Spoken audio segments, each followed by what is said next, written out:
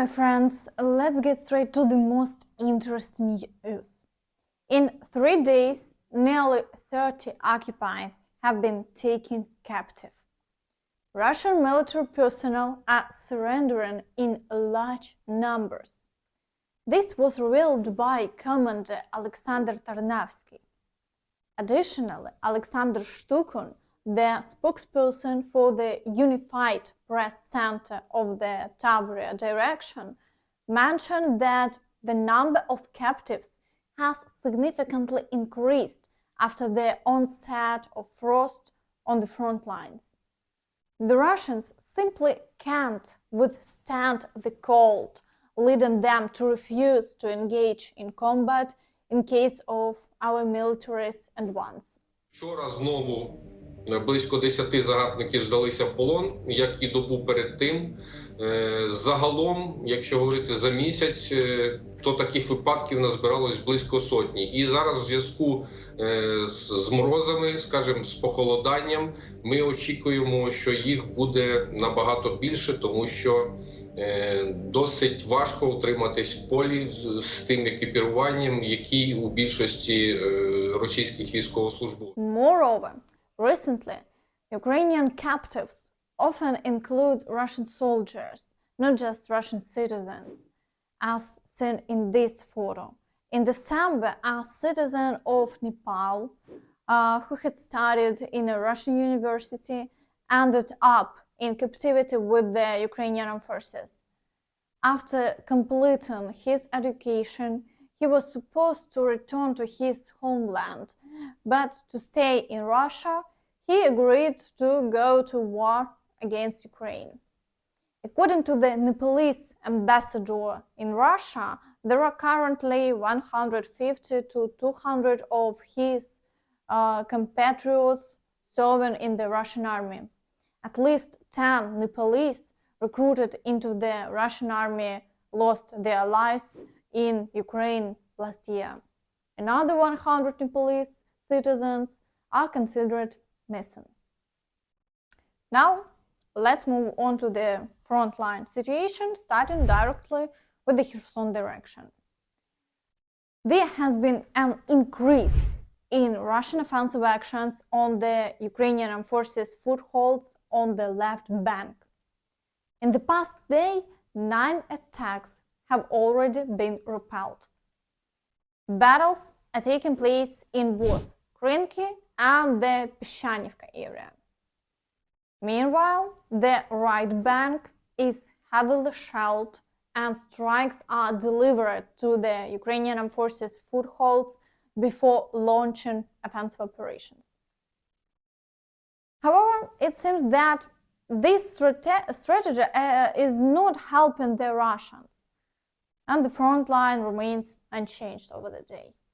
Russians also confirm that the number of attacks has increased again. Today, our troops stormed the village of Khromove again. But the number of our assaults, compared to the last 3 days, has increased today. But even these assaults did not bring the desired result for us. Today, they stormed without equipment. Yesterday's lesson was not in vain.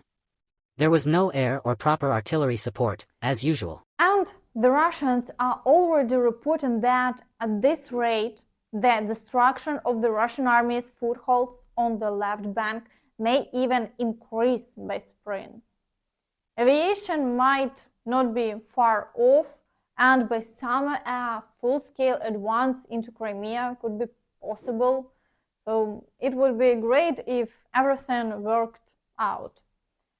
However, for now, these plans are still up in the air, as no official statements are being made to avoid disclosing Ukrainian Armed Forces plans.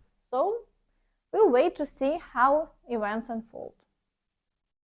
In the Zaporizhzhia direction, the occupiers failed to achieve success.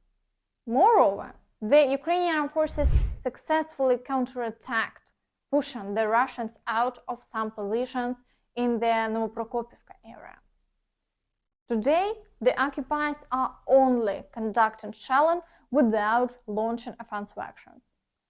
Their liberated positions didn't lead to changes along the front line, as it represents minimal movement in the gray zone.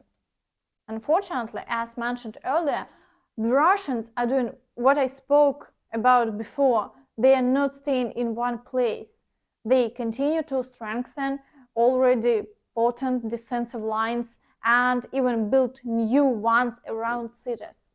Могли бачити супутникові знімки, які зафіксували будівництво нових вже захисних споруд, тож ворог не зупиняється на тому, що він побудував до цієї весни. Наразі вони будують навколо Полог нові захисні споруди, будують навколо Мелітополя нові захисні споруди. І це вони роблять для того, щоб сповільнити, ускладнити для наших українських військових просування у глиб тимчасово окупованої Запорізької області. Вони будують як лінію оборони, так і кругову оборону міст, таких як Пологи, Токмак, Молочанськ, Мелітополь. Ворог робить це масово, а також вони продовжують будувати наразі захисні споруди, оборонні споруди від Мелітополя в бік Криму. As evident, they are doing everything to make it impossible to break through their defense.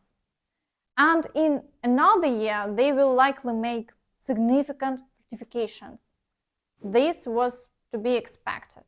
And how to break through this defense now is something you can suggest in the comments, as the Russians clearly don't want to give up this territory. In the Vuhledar direction, the occupiers continue to shell along the entire front line, but they are not conducting offensive actions and the situation remains unchanged. In the Avdiivka direction, the Ukrainian Armed Forces successfully repelled 21 attacks in the past day, and the battles continue. Fights are reported again in the Novoprokopivka and coke and chemical plant areas. In the Svatove area, only shelling is observed. There are also ongoing battles in the industrial zone, and Avdiivka is intensively shelled. On the southern flank, battles persist for Severne, Первомайske and Nevelske, but the Russians haven't achieved success and the front line remains unchanged over the day. Although there are unconfirmed reports of Russian advances in the Avdiivka direction, there is no factual confirmation at the moment. However, the Russian claims about a breakthrough to Georgievka unfortunately seem to be confirmed. Whether the Russians will manage to consolidate their position will be known in the near future, but it must be acknowledged that the situation is not the best. The Ukrainian Armed Forces also report Russian advancements in that area. Marinka. The orc continues to move and has success on the outskirts of Khyrovka. As evident, the occupiers' reports from yesterday turned out to be true, which is not reassuring. Battles continue near the village of Pobeda, and attempts to capture Novomykhailivka persist. The fights in this area are happening from the south, but the occupiers are not making progress and the front line remains unchanged over the day. In the Bakhmut direction, the occupiers continue shelling Bogdanivka and Grigorievka. They are attempting to level these villages to the ground, aiming to capture their territory before Chasiv Yar. According to the latest reports, the situation in the Khromove area is complicated. The battles for Klishchiivka and Avdiivka also persist. The Russians change the direction of attacks daily in this area, but it doesn't help them. The front line remains unchanged. The Ukrainian Armed Forces attempt counterattacks, but so far without success. It's hell in Chromove, I'm telling you how it is, and by spring there will be such battles on this flank. Russians wants to reach Chasiv Yar and hit our forces from behind, which to the south recaptured the territory earlier. And that's what the main battles are now. As it seems, the news is not uplifting at the moment, so we'll have to see how events unfold.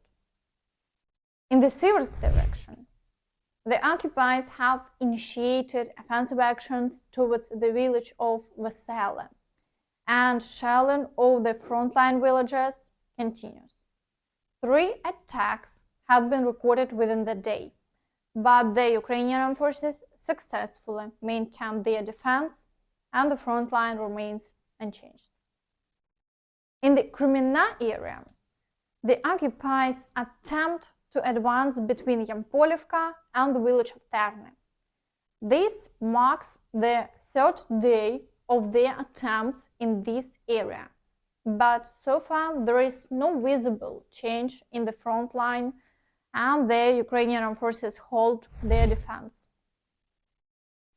In the direction of Svatove, as before, everything is stable with no shelling or offensive action. In the Kupiansk direction, assaults on Synkivka persist. Here, Russians are only facing losses with no successes reported. Otherwise, the situation along the front line has stabilized and there are no new attacks. And that's all from me. Don't forget to like this video, subscribe to the channel and hit the notification bell to stay updated on all the latest news. Thank you for watching and see you next time. Bye bye.